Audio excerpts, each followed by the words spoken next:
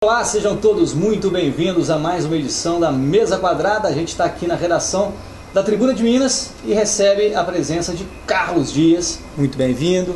Presença também de Leonardo Costa, fotojornalista da Tribuna, meu amigo Bruno Keller. O Vascão ganhou esse final de semana, finalmente está feliz da vida com o gol do Ramon, que nunca mais vai acertar de novo na vida. Gastou tudo. O famoso pombo sem asa, aquele dali. E aí, você acha que dá para dar uma recuperada agora, ou Bruno? Eu acho que não cai. Que é o primeiro objetivo do Vasco. Você é o dedo do Zé Ricardo já, cara. É, com certeza. Zé Ricardo Milagre do técnico.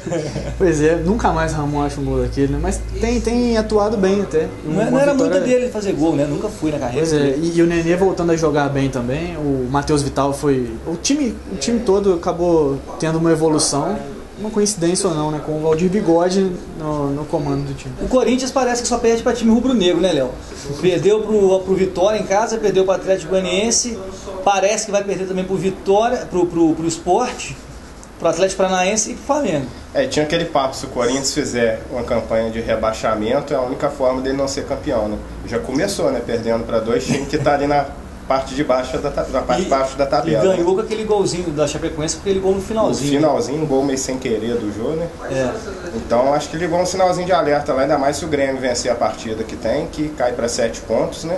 E depois ainda tem um confronto direto do Grêmio contra o Corinthians, né? O Grêmio teve um jogo adiado, o Grêmio joga contra o Sport no próximo sábado, né? Isso. Então tá aí com 3 pontos em disputa para poder diminuir essa diferença, que ainda é muito grande pro Corinthians, de 10 pontos, poderia cair para 7, né? Agora tem uma parada, né? Por causa dos jogos da seleção. Mas não é só o Corinthians que vai treinar, né? Todos os times também vão. Todo mundo. Mas esse negócio de treinar, né? O Corinthians ficou 10 dias parado sem treinar e perdeu pro Vitória. O Marcos Santos que queria participar do programa hoje, depois do resultado do Corinthians, né? Por coincidência, né? O Marcos Santos tá segurando ali, ó, o Corinthians não ganhou nada ainda. O Corinthians é igual o Renato Gaúcho, ele tá dizendo que o Corinthians vai despencar, não vai conseguir manter a liderança com tanta folga. O Corinthians tem uma sequência indigesta agora, né? Umas 4 rodadas aí pesadas, né? Quer dizer, os jogos que talvez fossem os mais fáceis desse início agora foram esses que ele perdeu 2 e ganhou um da Chape, né? Com times que estão disputando lá embaixo. Em jogos em que o Corinthians inclusive tem que criar, né? O Corinthians costuma esperar os adversários, ser efetivo no contra-ataque ou na troca de passes com a transição rápida. Acabou tendo que criou muito contra o Atlético Goianiense. O goleiro Marcos do Atlético Goianiense foi o melhor jogador da partida, mas o Atlético conseguiu em uma bola aérea com o zagueiro Gilvan fazer o gol. Carlos, você acha que o Caneco já é do Corinthians também, como alguns amigos cronistas esportivos que usam barba e são de Santa Terezinha e andam com a camisa de Corinthians o dia inteiro, acham? Cara, esporte é uma coisa imprevisível, né? Eu não acredito que esteja finalizado ainda não. E o Corinthians deu uma dica dessa, né? Começou mal o segundo turno. Se ele fizer uma sequência de 3 rodadas ruins e os outros que estão atrás mantiverem um padrão, conseguirem vencer, acredito que dê para embolar ainda o campeonato até o final do turno aí. E você sabe que você, como professor, o psicológico age nessa hora. Ah, com certeza. A parte psicológica, a mudança de... As pessoas falam que não, mas mudança de técnico faz diferença em determinados momentos. A postura que você chega num clube, por exemplo, essa parada agora vai ser muito interessante. Sim. Para quem souber trabalhar, você vai ver quem está trabalhando mesmo, né? Quem vai oferecer. O Corinthians, por exemplo, já tem um padrão de jogo. Ele vai ter que vir com alguma novidade, porque as pessoas já se adaptaram ao esquema de jogo deles, né? A gente teve uma goleada do Palmeiras em cima do São Paulo, o Cuca, que salvou o Cuca e complica a cada rodada a situação do São Paulo. Eu vejo na escalação do São Paulo, eu não vejo um time tão ruim assim para estar ocupando a posição que está, com a tradição que tem. O Hernandes voltou e achei que ia dar uma consertada, mas vamos ver a escalação do time que jogou aqui do São Paulo nesse domingo, que foi goleado pelo Palmeiras por 4-2. Sidão, Bufarini, Rodrigo Caio, Arboleda, Edmar, Petros e Jusilei, Hernanes, Denilson, Marcos Guilherme e Prato. É um time forte. E Cueva. Quer dizer, um time muito forte. Há menos de um ano atrás, o Cueva era o principal jogador do São Paulo, estava em todos os times no Cartola, inclusive, né? Era um jogador era um jogador que conseguia fazer gols ou participar dos gols do São Paulo em todas as partidas, caiu muito de rendimento. Coletivamente eu ainda acho o São Paulo uma equipe muito frágil na defesa, sobretudo, tanto que tomou 4 gols do Palmeiras após estar comandando o placar. Aí conseguiu achar o empate depois da virada do Palmeiras, mas não suportou um time que também não é tão organizado, não tem se mostrado tão organizado quanto o Palmeiras, né? E agora até o Cuca está dizendo que o Corinthians tem que abrir os olhos. Será que entrou naquela mecânica de não conseguir sair, vai salvar, e um time grande que nem o São Paulo, aconteceu o que aconteceu com o Internacional no passado? Olha, tem esse risco, né? Tem esse risco, mas eu acredito que não. Acredito que o São Paulo vai reagir, porque se você olhar na tabela, tem times piores. Na hora que o tá bem bolado, né? Mesmo, tá bem bolado. Se você olhar a tabela ali no finalzinho, né, o São Paulo tá embolado. Na verdade, o São Paulo poderia, com uma vitória, sair da zona de rebaixamento. A situação do Atlético. O Atlético estava numa situação perto do Z4, de repente ganhou da Ponte Preta fora ontem. Já vê a coletiva do auxiliar técnico ontem, falando que o time já está olhando para o G4. O primeiro time na zona de rebaixamento é o Avaí, tem 25 pontos. Depois vem o São Paulo com 23, o Vitória com 22 e o Atlético Goianiense com 18. Eu acho que o São Paulo não sai na próxima rodada, né? Se vencer, acho que o São Paulo, hoje precisa sair mais uma hoje, né? O São Paulo pode sair porque vai a 26 pontos, né? Aí tem Chapecoense e Avaí que estão com 25 respectivamente. Então sai. O Vasco estava a 2 pontos do São Paulo, na 16ª colocação, uma acima do Z4, venceu o jogo, foi para 10º no sábado, e agora está em 12º. Tá embolado. Tá tudo ali. Embolado. Você tem ali do Botafogo, que é o 7º colocado, o primeiro fora do sequência de vitória que vai fazer a diferença. Está com 31 pontos, né? E o primeiro na zona de rebaixamento está com 25. São 6 pontos. Isso, mas o Botafogo já está distante 4 pontos já deu uma distanciadinha ali, uns 6 times, né? Sim, então tem do Flamengo, se eu não me engano, até pro Botafogo, acho que são 4 pontos. A grande diferença é do Flamengo, tem 35 pontos, depois vem o Cruzeiro com 31, isso, Botafogo com 31 pontos. E tá essa diferença aí. Quer dizer, o campeonato muito embolado, uma sequência de vitórias, como uma sequência de derrotas, né, pode mudar essa configuração muito rapidamente com relação a isso aqui que tá. Tupi empatou de 1-1, para alguns foi como uma vitória, porque o Tupi está muito perto da classificação agora, tem mais um jogo para poder fazer fora de casa contra o Volta Redonda e depois decide em casa contra o Bragantino, que àquela altura provavelmente não vai estar jogando por mais nada. E segurou o Botafogo, que era o adversário direto do Tupi ali, né? E jogou para baixo, né? Jogou o Botafogo lá para baixo. Mais uma partida que a gente... Já tem algumas rodadas que a gente conversa aqui que o Tupi vem jogando mal, mas pontuando. Foi um grande resultado para o Tupi. O Tupi foi para empatar, conseguiu o objetivo, empatou. Mas em uma partida, por exemplo, no primeiro tempo, o Botafogo, alguns números refletem o que foi a partida, esse caso. O Botafogo teve 7 escanteios, o Tupi não teve nenhum. O Tupi teve uma finalização no primeiro tempo todo, sendo que não causou nenhum perigo à meta adversária. O Edno, que jogou na Barcelusa, no Botafogo, a Careca, atacante, Corinthians, o Edno perdeu 5, 6 chances claras de gol, assim como outros companheiros. O Moraes, ex-Vasco, também está no Botafogo. O Botafogo tem um dos principais elencos da Série C, um time muito forte da Série C, um dos times com maior investimento. O Botafogo pressionou o Tupi o tempo inteiro, o Tupi conseguiu o primeiro gol e o Tupi acabou reagindo bem, acabou conseguindo com o Patrick o empate aos 35 minutos do segundo tempo, e a partir de então quase virou o jogo. Mas até sofrer o empate, era jogo de um time só, o Tupi foi mal na proposta de jogo, que era defensiva, o Tupi sofreu muitos riscos, foi uma má atuação mesmo dentro da proposta defensiva do Tupi. A gente, para continuar falando do esporte local e aproveitando a presença do Carlos aqui, a gente tem que aproveitar para poder lamentar e explicar a não presença do time da DJF na Liga Nacional de Handebol esse ano, né, Carlos? O que está acontecendo? Problemas políticos, como assolam todas as federações? Esse ano foi um ano de eleição na confederação, né? E o processo é muito tumultuado, né? Como todas as confederações esportivas. O nosso presidente da confederação já está há 3 décadas na nossa presidência.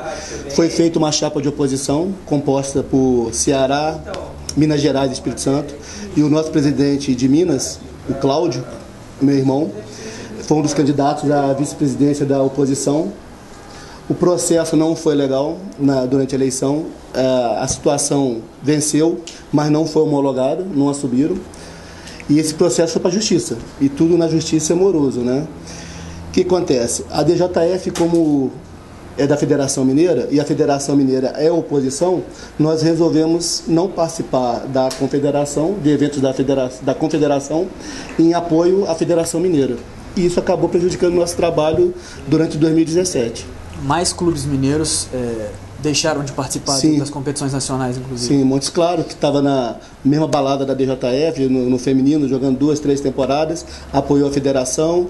Uberaba pediu uma autorização à federação para participar, que foi muito justo devido a critérios financeiros, parceiros, de você recusar uma participação e perder esses parceiros, ano que vem poderia prejudicar a participação da equipe. E vindo crescendo a participação do público, a identificação do público de Juiz de Fora com o time, com três competições de elite, 3 temporadas disputando elite em seguida, né? Que impacto que você acha que isso pode ter nessa relação do torcedor com o time? Em função disso daí? A gente deve ter uma perda, apesar do handebol ser um esporte muito praticado nas escolas, é um esporte popular, né, é de fácil aprendizado.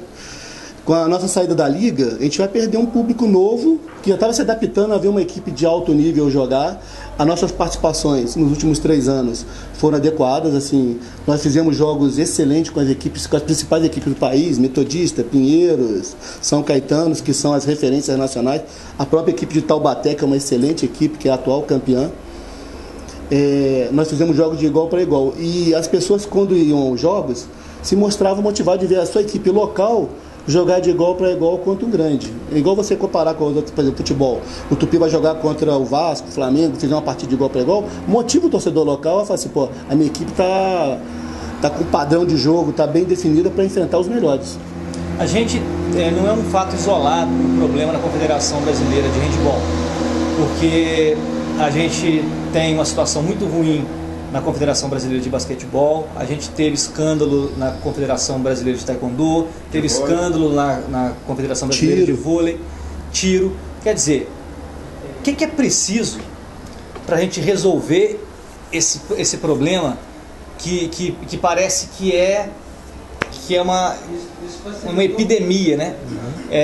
Nas confederações esportivas brasileiras de uma forma geral?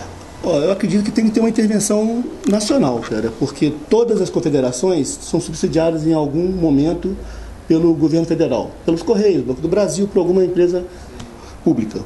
Se o governo começar a colocar limites, você vai receber verba, mas você tem que fazer isso e fazer algumas cobranças, talvez melhore. Tem que ter uma política esportiva adequada. O Brasil não tem uma política esportiva.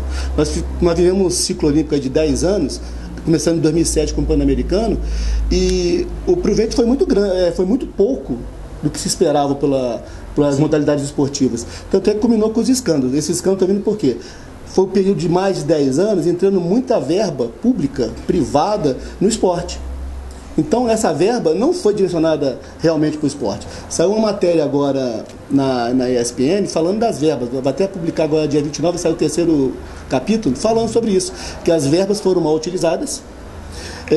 Por exemplo, os atletas de várias modalidades tinham que ter acesso a essa verba para melhoria de treinamento, condição de treino, de intercâmbio com outros países. Essas verbas não foram utilizadas para isso, foram utilizadas para outras coisas.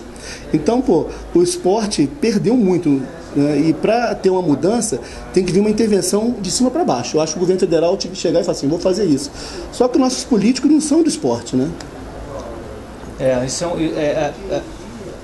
Isso se reflete, né, essa má administração dos recursos públicos no Maracanã abandonado, exatamente, no Parque Olímpico abandonado no Rio de Janeiro. Quer dizer, você teve PAN, você teve Olimpíada, você teve Copa do Mundo, né?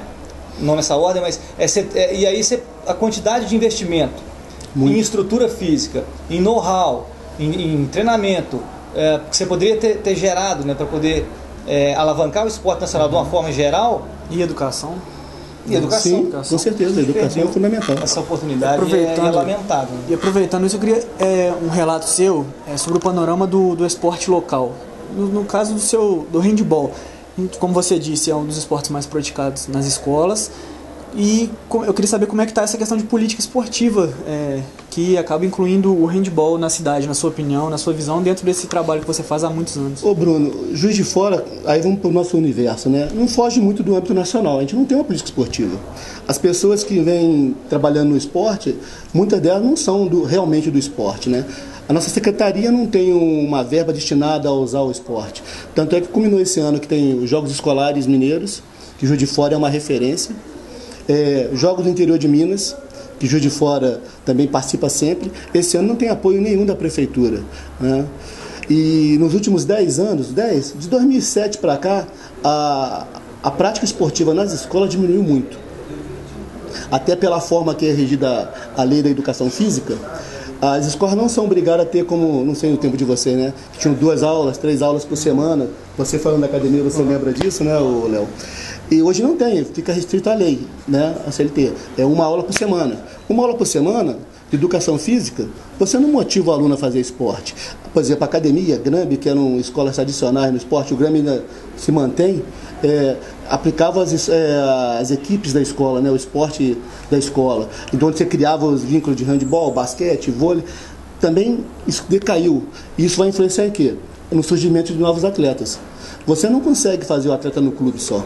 O atleta tem que vir da escola, tem que ter uma parceria escola-clube para você movimentar esse meio escolar e você ter, como é que eu vou te dizer, manutenção, aparecimento, surgimento de novos valores. Você identificar talentos. Exatamente. Ali, né? É na escola que você consegue isso. E Juiz de Fora está carente nesses últimos anos dessa dedicação. Nós estamos sem intercolegial há quase 2 anos. Voltou esse ano. Então vai ter uma procura.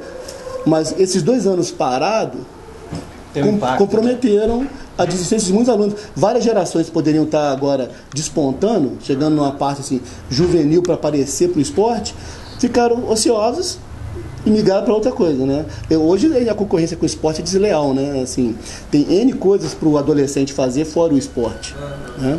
Vou citar um exemplo que eu vivi para corroborar. No Grambre, eu estudando no Grambre, eu fui depois, alguns anos depois, a um jogo entre Montes Claros e JF Vôlei. E das equipes, 5 alunos estudavam comigo no Grambre. Fizeram parte desse projeto esportivo do Grambre. E no handball tem, por exemplo, o Felipe Santoro, que hoje também tá tentando a educação física, né, a carreira como treinador, e é seu atleta da DJF e também estudou comigo. Quer dizer, em curto espaço de tempo, 6 atletas que se profissionalizaram em alto nível, inclusive. Na equipe atual hoje, nós temos 2 meninos referentes de escola pública. Eu vou citar o Guilherme e o Evandro, que saíram do Cândido Burnier. Do projeto que nós fizemos nos últimos anos, nós temos alguns meninos que saíram de escolas públicas, o Iago, que está vindo também do Clorindo, que é um projeto já que o Guilherme dá aula, o Felipe já faz uns trabalhos também, já a nível universitário. Então as pessoas estão conseguindo trabalhar, mas é só te falar, para você achar outro Felipe, outro Guilherme, leva aí num prazo de 5 a 10 anos para você conseguir um atleta do nível deles. Mas é mais uma força de um profissional que está ali procurando do que uma política da... Sim, mas o profissional está se dedicando sem ter essa política. Se não tiver uma política esportiva, vou dar exemplo. Juiz de Fora não tem uma bolsa atleta, não tem um vale transporte atleta. Aí, sem querer entrar em polêmica com cidade de menor expressão, Juiz de Fora tem que ser uma referência, né, na região e no estado. Lima Duarte tem bolsa atleta. Caratinga tem bolsa atleta. Por que Juiz de Fora não tem um processo de bolsa atleta? Um vale transporte atleta, sabe? Mas assim, você vai lá e cadastra, você realmente é atleta, você desempenha esse trabalho de tanto tal dia, você tem horário, confirmar que faz e beneficiar os atletas que realmente se dedicam. Isso aí seria um ganho para a cidade assim, muito grande. O vale transporte, a bolsa atleta, não importa o valor, já ajudaria os atletas a se automanterem, porque o esporte não dá para sobreviver de esporte, né? Assuntos para refletirmos, meus amigos. Carlos, muitíssimo obrigado por ter vindo aqui à mesa. Esteja convidado para voltar sempre que quiser. Léo, valeu. Bruno. Na semana que vem a gente está de volta para poder falar de mais esporte aqui na redação da Tribuna. Até lá.